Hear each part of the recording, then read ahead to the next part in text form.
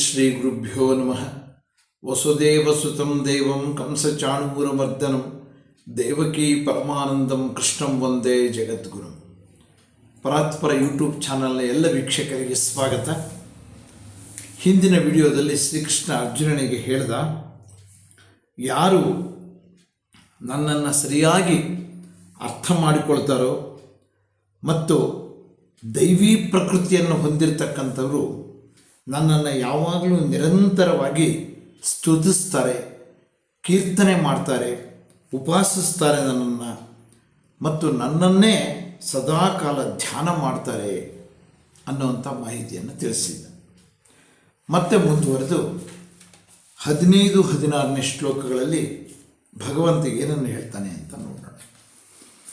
ಜ್ಞಾನಯಜ್ಞೇನ ಚಾಪ್ಯನ್ಯೇ ಯಜಂತೋ ಮಾಮುಪಾಸತೆ ಏಕತ್ವೇನ ಪೃಥಕ್ತ್ವೇನ ಬಹುಧಾ ವಿಶ್ವತೋ ಮುಖಂ ಅಂತ ಹೇಳ್ತಾ ಇದ್ದಾರೆ.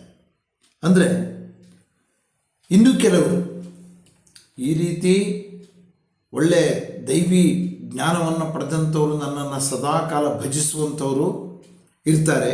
ಮತ್ತು ಕೆಲವರು ಜ್ಞಾನಯಜ್ಞದಿಂದ ನನ್ನನ್ನು ಉಪಾಸಿಸ್ತಾರೆ. ಜ್ಞಾನಯಜ್ಞ ಅಂದರೆ ಯಾವುದಾದ್ರೂ ಭಗವಂತನ ಕುರಿತಾದಂಥ ವಿಷಯಗಳನ್ನು ನಿರಂತರವಾಗಿ ಅಭ್ಯಾಸ ಮಾಡುವಂಥದ್ದು, ಅದರಲ್ಲಿ ಯಾವಾಗಲೂ ತಲ್ಲೀನರಾಗಿರುವಂಥದ್ದು, ಅವರು ಜ್ಞಾನಯಜ್ಞ ಅವ್ರದ್ದು. ನನ್ನನ್ನು ಆ ರೀತಿಯಲ್ಲಿ ಉಪಾಸಿಸ್ತಾರೆ.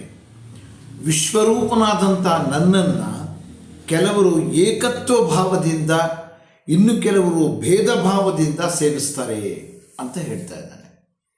ಏಕತ್ವ ಭಾವ ಅಂದರೆ ಅದು ಅದ್ವೈತ, ಎರಡಿಲ್ಲ, ಇರೋದೇ ಒಂದು. ಎಲ್ಲ ಜೀವಿಗಳಲ್ಲೂ ಎಲ್ಲ ವಸ್ತುಗಳಲ್ಲೂ ಇರತಕ್ಕಂಥದ್ದು ಭಗವಂತ ಅನ್ನುವಂಥ ಏಕತ್ವ ಭಾವದಿಂದ ಆರಾಧಿಸುವಂಥವರು ಮತ್ತು ಭೇದ ಭಾವದಿಂದ ಇಲ್ಲ, ಬೇರೆ ಬೇರೆ ರೀತಿಯಲ್ಲೂ ಭಗವಂತ ಇದ್ದಾನೆ ಅನ್ನುವಂಥ ರೀತಿಯಲ್ಲಿ ಧ್ಯಾನಿಸುವಂಥವರು ಎಲ್ಲರೂ ಇದ್ದಾರೆ. ಭಕ್ತರು ಭಗವಂತನನ್ನು ನೋಡುವಂಥ ಬಗೆ ವಿಭಿನ್ನವಾಗಿರುತ್ತೆ, ಯಾವಾಗಲೂ ಅಷ್ಟೇ. ಜ್ಞಾನದ ಪರಿಧಿಯಲ್ಲಿ ಕೆಲವರು ಭಗವಂತನನ್ನು ಕಂಡರೆ ಏಕತ್ವ ಭಾವದಿಂದ ಕಾಣುವಂಥವರು ಕೆಲವರು ಇದ್ದಾರೆ. ಮತ್ತು ಇವಾಗ ಹೇಗೆ ಮಣ್ಣಿನಿಂದ ನಾನಾ ರೀತಿಯ ಬೊಂಬೆಗಳನ್ನು ತಯಾರಿಸಿಡ್ತಾನೆ, ಆದರೆ ಎಲ್ಲವುದಕ್ಕೂ ಉಪಯೋಗಿಸಿರುವಂಥದ್ದು ಮಣ್ಣು ಒಂದೇ. ಮಣ್ಣು ಒಂದೇ, ಬೊಂಬೆಗಳು ಬೇರೆ ಬೇರೆ ಬೇರೆ ಬೇರೆ ಬೇರೆ ಬೇರೆ ನಾನಾ ರೀತಿಯ ಬೊಂಬೆಗಳು, ಮಣ್ಣು ಮಾತ್ರ ಒಂದೇ. ಹಾಗೆ ನಾನಾ ರೀತಿಯಲ್ಲಿ ಭಗವಂತನನ್ನು ಆರಾಧಿಸುವಂಥವರು, ಏಕಭಾವದಿಂದ ಆರಾಧಿಸುವಂಥವರು ಎಲ್ಲ ರೀತಿಯ ಭಕ್ತರು ಇದ್ದಾರೆ ಅಂತ ಹೇಳಿದ. ಮತ್ತೆ ಮುಂದುವರೆದು ಹೇಳ್ತಾ ಇದ್ದಾನೆ, ಅಹಂ ಕ್ರತುರಹಂ ಯಜ್ಞ ಸ್ವದಾಹಮಹಮೌಷಧಂ ಮಂತ್ರೋಹಮಹಮೇವಾಜ್ಯಂ ಅಹಮಗ್ನಿರಹಂ ಹುತಂ ಅಂತ ಹೇಳ್ತಾ ಇದ್ದಾರೆ.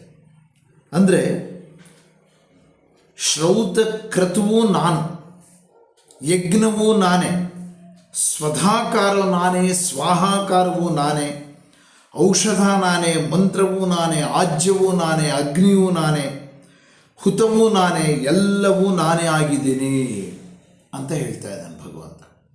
ಅಂದರೆ ಇವೆಲ್ಲ ಯಜ್ಞಯಾಗಾದಿಗಳಲ್ಲಿ ಉಪಯೋಗಿಸುವಂಥ ವಸ್ತುಗಳ ಹೆಸರುಗಳನ್ನು ಹೇಳ್ತಾ ಇದ್ದಾನೆ. ಸರ್ವವ್ಯಾಪಿಯಾದಂಥ ಪರಮಾತ್ಮ ತಾನು ಎಲ್ಲವೂ ಆಗಿದ್ದೀನಿ ಅನ್ನುವಂಥ ಮಾಹಿತಿ.